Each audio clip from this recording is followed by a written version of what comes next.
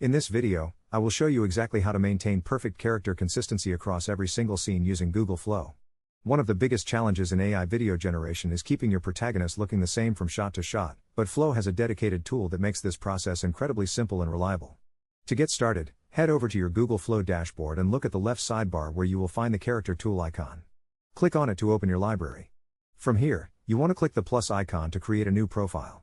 The most important step for accuracy is your initial upload, so choose a clear and high-quality front-facing portrait that shows your character's features distinctly.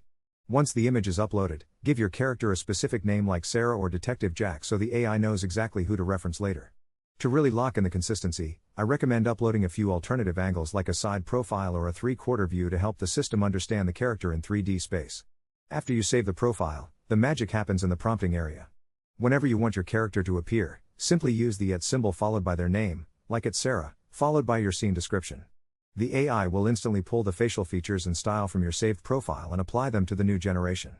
This ensures that whether your character is walking through a park or sitting in a dark room, they look like the same person every time. Using this method saves you hours of post-production fixing.